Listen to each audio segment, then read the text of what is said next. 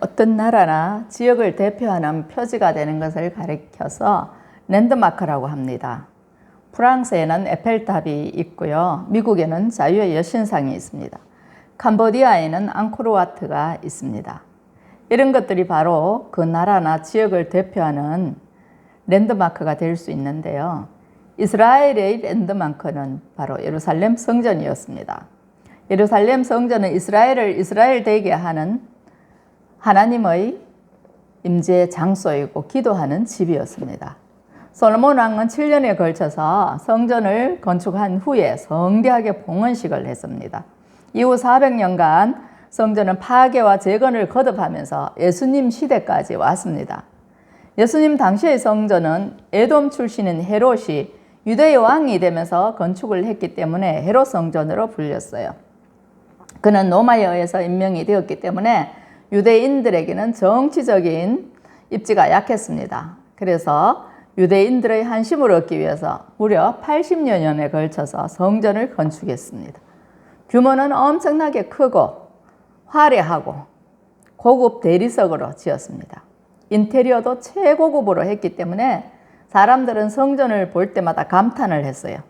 당시의 사람들은 헤롯의 성전을 보지 못한 자는 훌륭한 건축을 본 적이 없는 사람이라 라고 할 만큼 웅장하고 찬란한 성전이었습니다.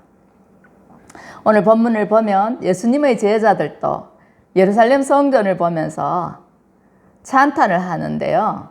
예수님도 그 아름다운 성전의 모습에 동조를 하기를 바랐습니다.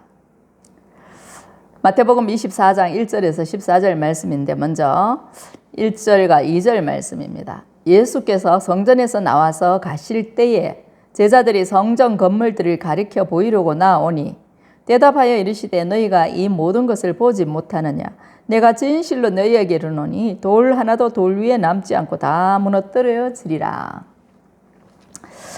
예수님이 이제 예루살렘 성전에서 나와서 길을 가시는데 감람산으로 가고 계셨습니다. 이제 길 가시는 중에 제자들이 성전 건물들을 보니까요. 석양 무렵이었어요. 그 뉘어지는 그 석양에 반사된 예루살렘의 성전이 너무나도 아름다웠습니다. 뭐 비싼 대리석과 금으로 장식을 했으니 찬란했겠죠. 그 훌륭한 모습, 아름다운 모습에 제자들이 감탄을 하면서 이제 예수님도 그 성전의 우아함과 화려함과 아름다움에 공감해 주시기를 바랐습니다. 선생님, 성전 좀 보세요. 황홀하리만치 아름답지 않습니까? 그렇게 자랑을 하고 싶었어요. 아마도 석양 무렵의 예루살렘 성전은 그들이 갈릴리 호수에서 보았던 풍경과 아주 대조적이었던 모양입니다. 그런데 예수님은 제자들이 상상도 할 수 없는 황망한 말씀을 하셨습니다. 너희가 이 모든 것을 보지 못하느냐? 내가 진실로 너희에게 이르노니 돌 하나도 돌 위에 남지 않고 다 무너뜨려지리라. 요즘 GS 건설에서 순살 아파트를 지었다 해서 화제가 되고 있는데요. 그 아파트는 철근을 적게 넣어서 부실 공사를 해서 무너진 것이었어요. 그러나 예루살렘 성전은요, 규모도 크고 견고하고 아주 공을 들여서 지었기 때문에 쉽게 무너지지 않을 그런 구조를 가지고 있었어요. 그런데 예수님이 헤롯이 자신의 이름을 걸고 80여 년에 걸쳐서 준공한 그 성전이 무너질 것이라고 말씀을 하시는 거죠. 그것도 돌 위에 돌 하나도 남지 않고 무너진다. 철저하게 완전히 무너진다는 것을 말씀하셨습니다. 제자들이 듣기에는 너무나도 지금 멘붕이 오는 거예요. 이렇게 아름답고 거대하고 견고하고 찬란한 성전이 무너진다고요? 그 소식을 들으면 누구나도 놀랄 것이 아닙니까? 이게 왜 무너진다는 말입니까? 이유가 있을 거 아니에요. 무너지는 데는. 또 언제 무너진단 말입니까?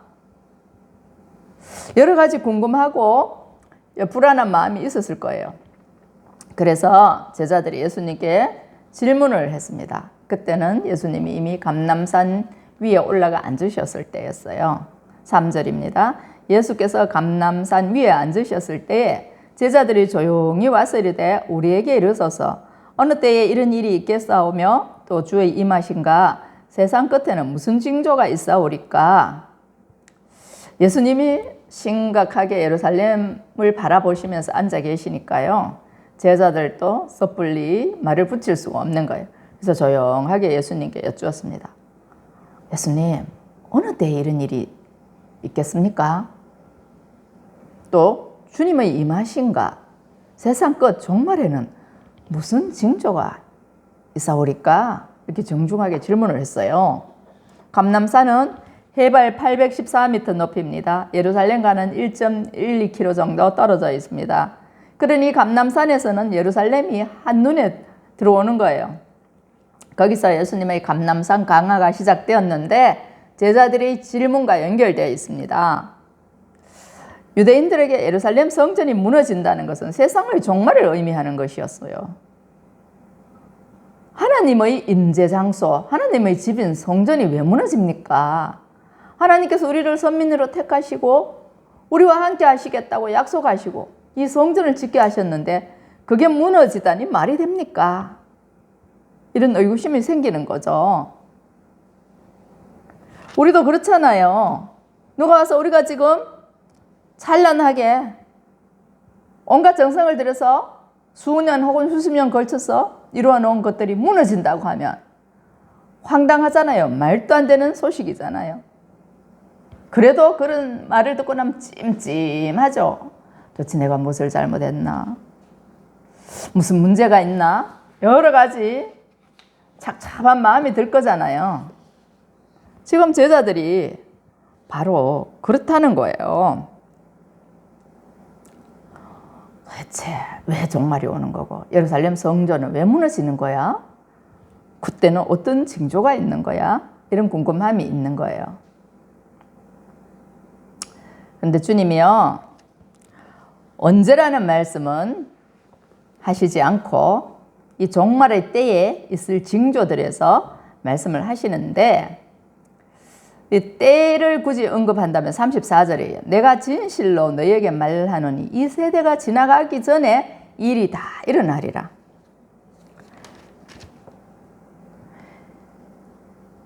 (36절은요) 그 날과 그때는 아무도 모르나니 하늘의 천사들도 아들도 모르고 오직 아버지만 아시느니라 그랬어요.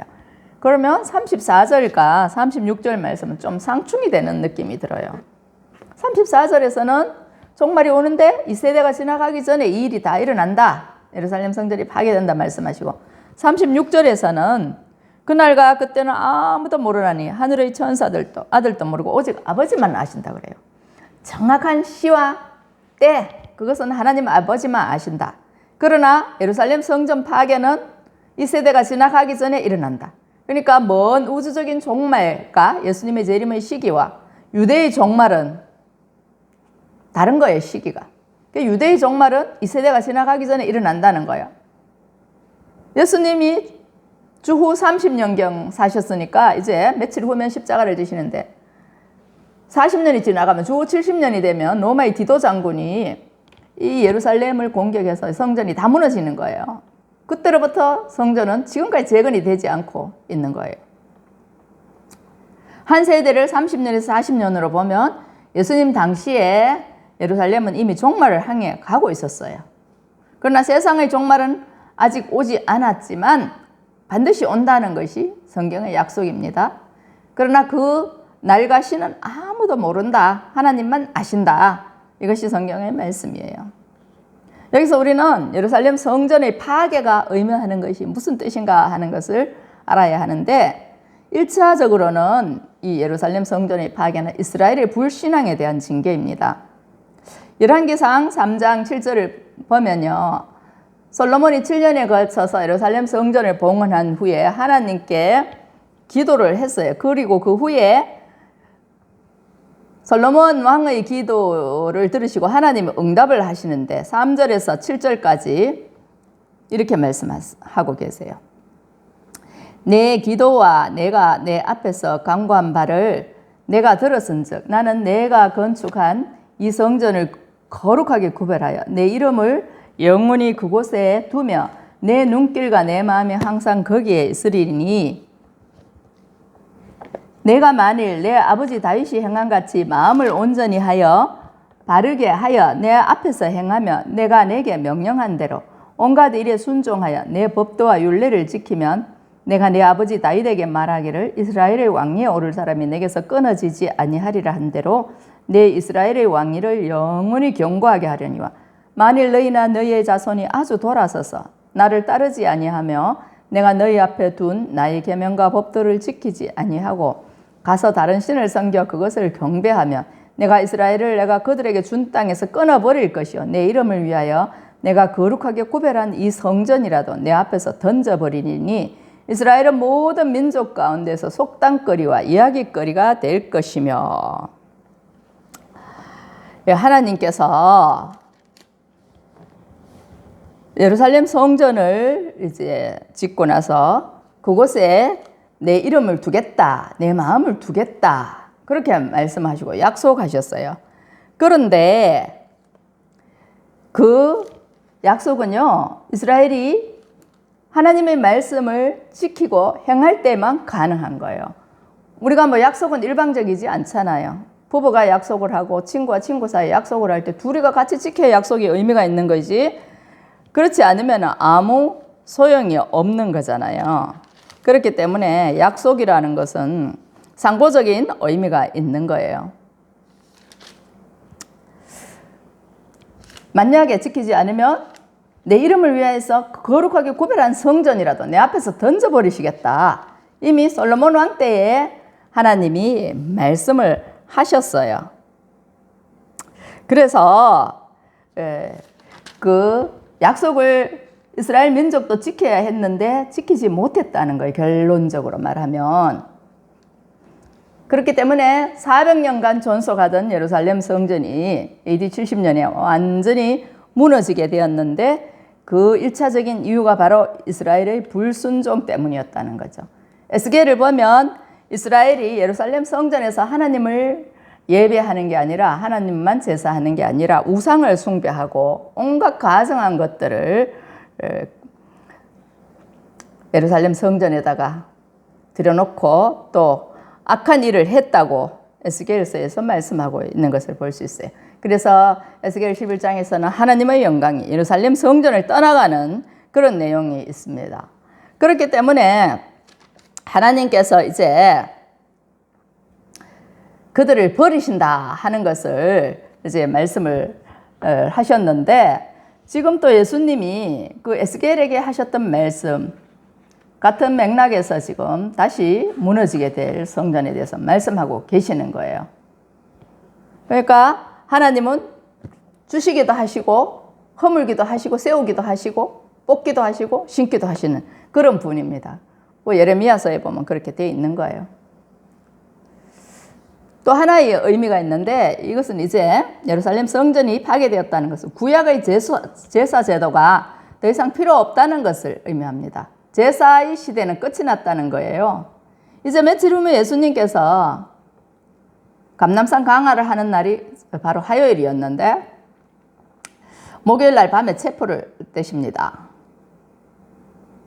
그러니까 그 십자가를 지시고 죽으심으로 불완전했던 구약의 제사가 이제 필요 없게 되는 거예요. 예수님이 완전한 제물이 되심으로 제사를 위해서 건축되었던 예루살렘 성전의 시대는 사실상 끝이 나게 되었죠. 대신에 교회 시대가 열렸습니다. 예루살렘 성전이 파괴는 이런 두 가지 의미를 담고 있습니다. 첫째는 징계의 성격이고 두 번째는 이제 구약의 제사 제도가 필요하지 않게 되었다는 것. 교회가 그 기능을 대체하게 되었다는 것을 말씀하는 거예요. 마태복음 5장 17절에서 예수님이 말씀하셨어요. 내가 율법이나 선지자를 폐하려 온 줄로 생각하지 말라. 폐하려 온 것이 아니요 완전하게 하려 함이라. 구약의 율법, 제사 제도가 불완전했는데 이제 예수님이 오셔서 완전하게 하신다는 거예요. 이게 유대의 종말론이었고 그들이 생각하는 종말이었습니다. 그러나 세상의 종말은 아직 오지 않았습니다. 그날과 그 시는 하나님만 아시지만 종말에 대한 징조는 있을 것이니 주의하라고 말씀하세요. 그게 바로 마태복음 24장 4절에서 11절까지 말씀인데 가장 먼저 말씀하시는 것이 사람의 미혹을 받지 않도록 주의하라 이 말씀입니다. 미혹의 핵심이 뭐냐? 내가 그리스도라는 거예요. 5절입니다. 많은 사람이 내 이름으로 와서 이르되 나는 그리스도라 하여 많은 사람을 미혹하리라. 세상에요, 내가 공자다, 내가 석가다라고 말하는 사람은 없어요. 그런데 나는 그리스도다라고 하는 사람은 많습니다. 그것은요, 그리스도께서 인류의 구세주가 되신다는 것을 온 세상 사람들이 인정하고 있는 거예요. 중국에는 짝퉁이 많다고 하잖아요. 짝퉁은 명품을 사칭한 것입니다. 명품이 아니면 짝퉁을 만들지 않아요. 팔리지 않으니까 카피를 안 하는 거예요. 영적인 면에도 이것이 적용이 되어서 예수 그리스도를 사칭하는 사람들이 많다는 거예요. 그 본산이 한국인데요. 한국에 가짜 그리스도, 짝퉁 그리스도가 제일 많답니다. 전 세계를 보면은 한 300여 명의 가짜 그리스도가 있다고 하는데 한국에 뭐 50명이 있다고 말하는 사람도 있고 80명이 있다고 말하는 사람도 있습니다.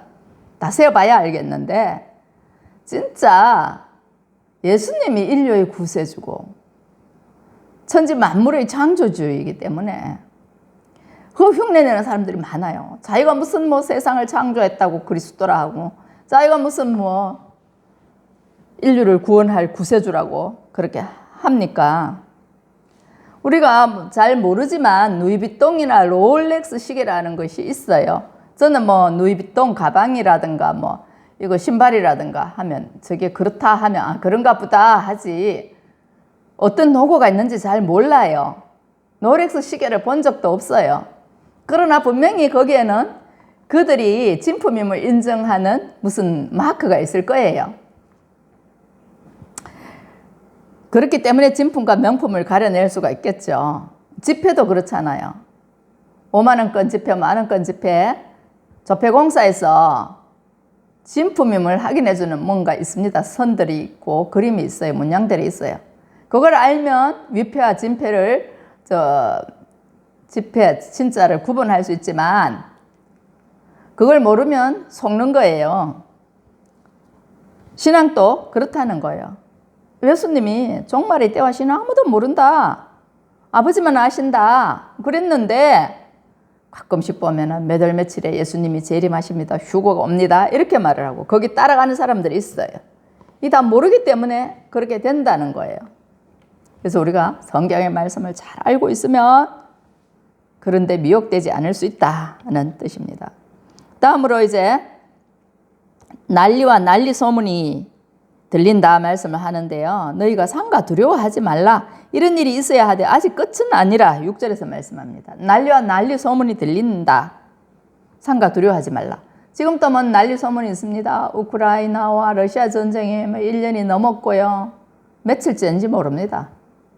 전쟁이 계속되고 있고 물난리도 있고요. 사이버 전쟁, 테러 등 곳곳에서 이런 난리 소문이 있습니다. 우크라이나를 러시아 쑥대밭으로 만들어버리죠. 물난리가 나서요. 토사가 또 뭐 산사태가 나서 지금 봉화, 문경 이쪽에 사람들이 막 죽고 집이 매몰되고요. 물에 떠내려가고요. 진짜 물난리가 왔어요. 난리 소문이 있지만 두려워하지 말라. 이런 일이 있어야 하되 아직 끝은 아니라 말씀하시는 거예요. 재난의 시작이라는 거예요. 7절 민족이 민족을 나라가 나라를 대적하여 일어나겠고 곳곳에 기근과 지전이 있으리니 8절 이 모든 것은 재난의 시작이니라 말씀합니다. 민족이 민족을 대적하고 전쟁이죠. 나라가 나라를 대적하여 일어납니다. 그리고 곳곳에 기근과 지전이 있습니다. 전쟁이 일어나면 기근이 따라옵니다. 식량이 없으니까 굶주리게 되죠. 죽음이 있죠. 기근에 죽고 전쟁에 죽고 칼에 죽습니다. 또 자연재해로 죽습니다. 지금도 그런 일이 계속 진행 중입니다. 또 지진도 있습니다. 이게 재난이 시작되었다는 것을 의미하는 거예요. 종말이 가까이 오고 있다는 거예요. 이게 재난의 시작인데 그때에 재난이 시작되면 사람들이 너희를 환난에 넘겨주겠으며 너희를 죽이리니 너희가 내 이름 때문에 모든 민족에게 미움을 받으리라 그랬어요. 재난이 시작되고 말세가 가까이 오면 사람들이 성도들을 환난에 넘겨준다는 거예요. 10절 보면 그때 많은 사람이 실족하게 돼요. 믿음에서 떠나게 되어서 넘어져서 서로 잡아주고 서로 미워하겠고 거짓 선지자가 많이 일어나 많은 사람을 미혹하겠으며 불법이 성함으로 많은 사람의 사랑이 식어지리라 그랬어요. 서로 잡아준대요. 그러니까 성도들 간에 이제 믿음이 식어서 서로 잡아준다. 가룟 유다가 스승을 은 20에 팔아먹었잖아요. 돈 때문에 사람 팔아먹고 동료를 팔아먹는 게 있다는 거예요. 불법이 성하다 그랬어요. 불법. 그래서 사람의 사랑이 식어진다. 가족들 간의 사랑이 없어지고 이웃들 간의 사랑이 없어집니다. 서로 잡아먹지 못해가 미워하고 넘겨주고 이런 일들이 이제 종말이 가까이 올수록 많아진다는 거예요. 불법이 성해진다는 거예요. 그러면 우리가 지금 이런 것들을 바라보면서 시대의 징조를 알아차려야 되는 거예요. 돈 때문에 가족을 팔고 동료를 파는 이 시대를 우리가 말세라고 하잖아요. 그 말세가 다가오고 있다는 거예요. 디모데후서 3장 1절에서 5절 말씀입니다.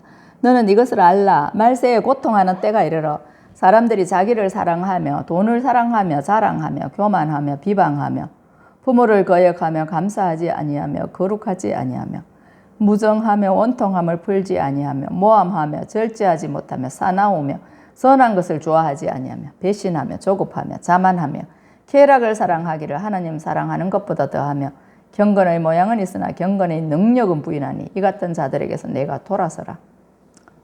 믿을 사람 없다는 말이 괜히 나온 게 아닙니다. 누가 적이고 누가 아군인지 모를 세상을 우리가 살고 있어요. 적 같다가 아군 같다가 아군 같다가 적 같다가 헷갈려요. 헷갈려. 어디 가서 내 고민을 털어놓아야 할지 어디 가서 내 아픔을 말해야 될지 모르는 세상입니다. 우리 뉴스에도 나왔잖아요. 이웃이 잘 사는데 아저씨가 사고로 돌아가시고 보험금을 수령했는데 그걸 노려서 모녀를 납치해서 돈을 받고도 죽이고 매장하고 그런 일들이 우리 가운데 얼마나 많이 일어난지 모릅니다. 돈 때문에 사람 죽여요. 이웃도요. 스스럼 없이 죽이는 거예요. 그게 우리가 살아가는 세상입니다. 무서워요. 그래서 때로는요. 야, 정말 우리가 누굴 믿어야 하나. 점점 사람들이 악해져 가고 점점 의심이 많아지는 세상이 되어가고 있다는 거예요. 그래서 그런지 의심하는 사람들도 많아요. 편집증 환자들이 많습니다. 가족들 못 믿어요. 부부가 못 믿어요. 어떤 사람은요. 자기 쳐다보면은 비웃었다 그러고요. 어떤 사람은요. 저 밥에 뭐 탔다 그러고요. 북에 뭐 탔다 그래요. 독약 타놓고 나보고 먹으라 한다고 가족들끼리도. 그런 사람이 있어요. 그 피해의식에 사로잡혀 있고 편집증에 사로잡혀 있거든요. 이게 지금 우리가 살아가는 시대입니다. 누구도 믿을 수 없는 세상. 그러니까 우리가 누굴 믿어야 됩니까? 믿을 분은 예수 그리스도 뿐입니다. 우리가 이 세상에 화려한 건물 자랑할 거 없고 뭐 빛과 번쩍한 내 차를 자랑할 것도 없고 명품 누이비통 뭐 롤렉스 시계 자랑할 게 없어요. 우리의 랜드마크는 예수님이 되어야 하는 거예요. 예수님. 이 어느 민족 누구에게나 복음이 전파되어야 하는데 그 복음 때문에 끝까지 견디는 자 구원을 받는다고 13절에서 말씀하시고요. 이 천국 복음이 모든 민족에게 증언되기 위하여 온 세상에 전파되리니 그제야 끝이 오리라. 아직 미전도 종족이 뭐 800개 나라가 있다, 뭐 혹은 뭐 몇백 개 나라가 있다 하는데 그 나라들에게 복음이 다 증거되어야 종말이 온다는 거예요. 우리 생각에는 종말이 늦게 오면 좋죠. 우리가 더 이 세상에 더 살 수 있고 더 누리고 즐길 수 있잖아요. 그러잖아요. 근데 뭐 재난이 시작되어서 지진이 일어나고 전쟁이 일어나고 기근이 오고 환경재앙이 오는데 거기서 사람들 뭐 얼마나 행복하겠습니까? 그래서 마라나타 어서 오시옵소서 주 예수여 이런 것이 성도들이 입에서 나오는 거죠. 정말 우리가 고통스러우면요. 나 빨리 좀 죽었으면 좋겠다는 생각이 듭니다.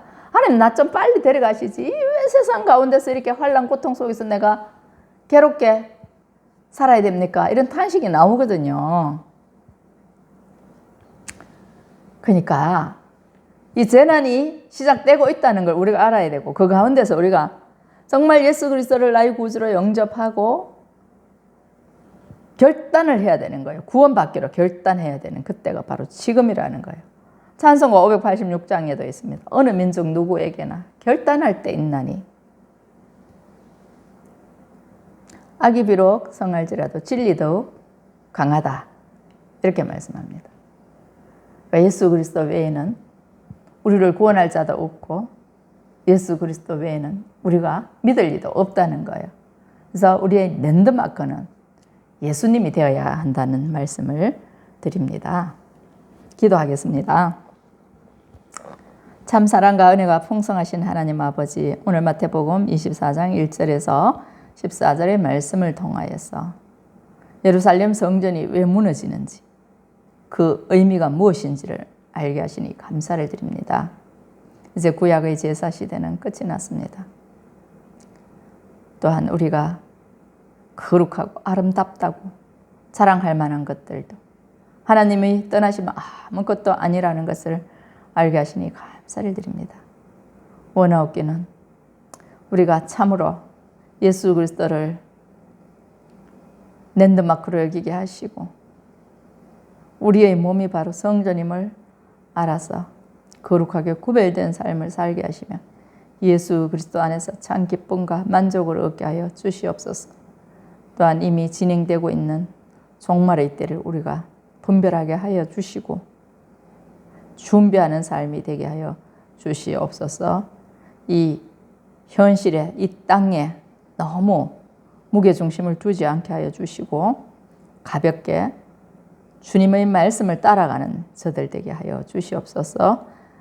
이 민족이 혹은 세계 모든 민족이 다 이 구원의 소식을 듣게 하시고 그를 위해서 우리가 기도하며 또 복음을 전파하는 사명 감당하게 하옵소서. 감사를 드렸고 예수님의 이름으로 기도하옵나이다. 아멘.